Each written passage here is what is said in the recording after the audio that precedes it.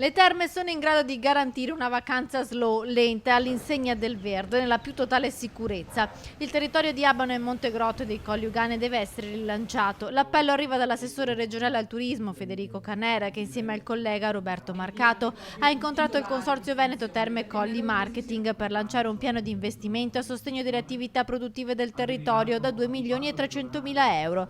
Da qui la scelta di investire sulla sponsorizzazione delle terme non solo in modo tradizionale, ma anche attraverso i social network e gli influencer in grado di attirare anche turisti giovani. Una parte innovativa che è legata al mondo degli influencer, cioè avere delle persone che vengono sul territorio, creano dei contesti, quindi scrivono le esperienze che fanno sul territorio e poi invitano i propri followers a venire sul territorio a vivere questa esperienza. È importante avere il coinvolgimento del territorio perché il territorio ci deve proporre prodotti turistici oltre che destinazioni turistiche da visitare e ci devono anche prevedere dei percorsi sul territorio da far fare a questi influencer per poi pubblicizzarli in rete. L'emergenza coronavirus e il lockdown hanno messo in ginocchio il comparto termale, che mediamente registra un fatturato medio annuo di oltre 350 milioni di euro. Il crollo delle presenze comporterà una perdita per il 2020 che si attesterà ben oltre il 50% del fatturato medio. Qui bisogna immaginare dei provvedimenti fatti ad hoc.